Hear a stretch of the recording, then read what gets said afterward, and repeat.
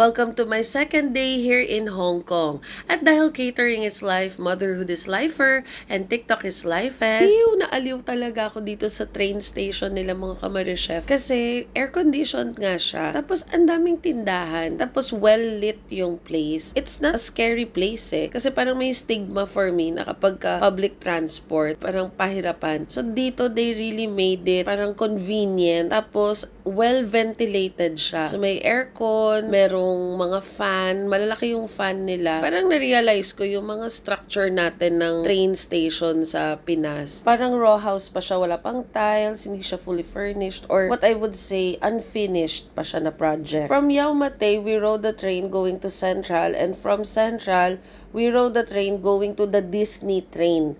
So, it's a train taking you to Disneyland. So, ito siya mga Kamari-Chef. Iba yung train niya. May ano siya, may Mickey Mouse na window. It's so cute. Tapos, meron siyang parang mga upuan na may cushion. Tapos, may cover siya na color blue. And then, karamihan ng mga nakasakay, ang cute ng mga outfit nila. Nahiya lang kasi ako videohan yung ibang mga tao. Pero ang cute ng mga outfit nila, mga Kamari-Chef, para silang manunod ng Coachella. Parang ganun yung mga OOTDs nila. It only took us siguro 30 minutes from Yau Ma Tei. Yung kahit palipat-lipat kami ng train. Ang bilis talaga ng biyahe. Tapos ito na kami ngayon sa Disneyland. Maaga kami dumating. Ting mga 10:30, nandito na kami.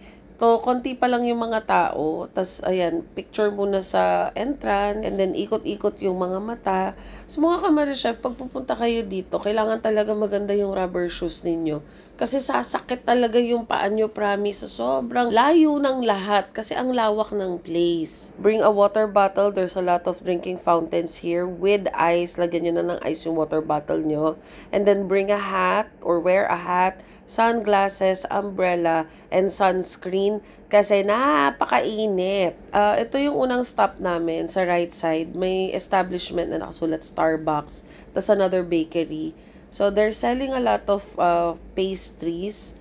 Ito yung mga pagkain na pangtawid gutom, pero ang mahal. My sister-in-law brought otap, so pantawid gutom lang talaga namin. And since this is a whole day activity, kailangan mo talaga magbaon ng maraming pera kasi kahit may baon kang pagkain, sa sobrang pagod ng paglalakad mo mga Kamari-Chef, gugutumin ka talaga. So, it's either, yun nga, hindi ka kakain dito, pero hindi ka mag-e-enjoy. So, might as well, gastusan mo na yung biyahe mo. So, we spent here $227 for a chicken burger and coffee, iced coffee. Tapos yung husband ko naman, pastrami bagel and iced coffee. Tapos, yung kain namin na to, kasi walang breakfast eh, from the hotel, dumiretso na kami sa train station. Parang gumising, nag-hotel, gumising, pumunta sa train station, tapos dumiretso na ng Disneyland, tapos from Disneyland na entrance to the middle of Disneyland, nagutom na. So ito, kain muna. And then, nung nag-ikot-ikot na kami, marami namang mga food cart, pero ang mahal talaga mga Kamari-Chef. So, yun nga, pag-ipunan mo talaga ang punta dito. Especially if you have kids, you know, kahit gaano kakawais, kahit gaano karami yung ibaon mo, pag nakita ang mga food cart, because they are very attractive, mapapabili ka talaga. So, these are just one of the rides. Hindi ko na na-videohan yung iba. Yung pinaka nakakatakot for me was the Grizzly. Kasi hindi ko in-expect na paatras yung under niya sa pahuli.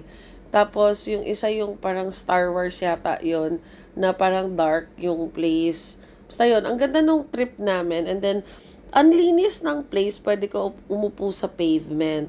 So, this was a whole day activity. We started in the morning until the evening. Nag-start na yung show ng 8:30. Pero if you want, maganda rin, bandang hapon ka na pumunta para parang hapos lang yung lakad mo, naka-rides ka. Hindi naman ganun karami yung tao, siguro kasi off-season. Tapos, pa kami, middle of the week pa kami pumunta. So, ayun, yun lang yung masashare ko. And ito na yung napakasayang experience kasi Nung bata ako, papangarap makapuntang Disneyland. Tapos nandito na ako.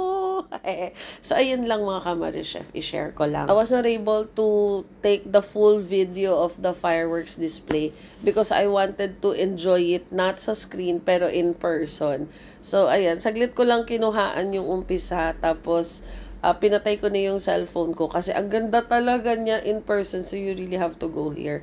Akala ko talaga hindi ako mag-e-enjoy dito sa Disneyland. Pero ako yata yung sobrang nag-enjoy.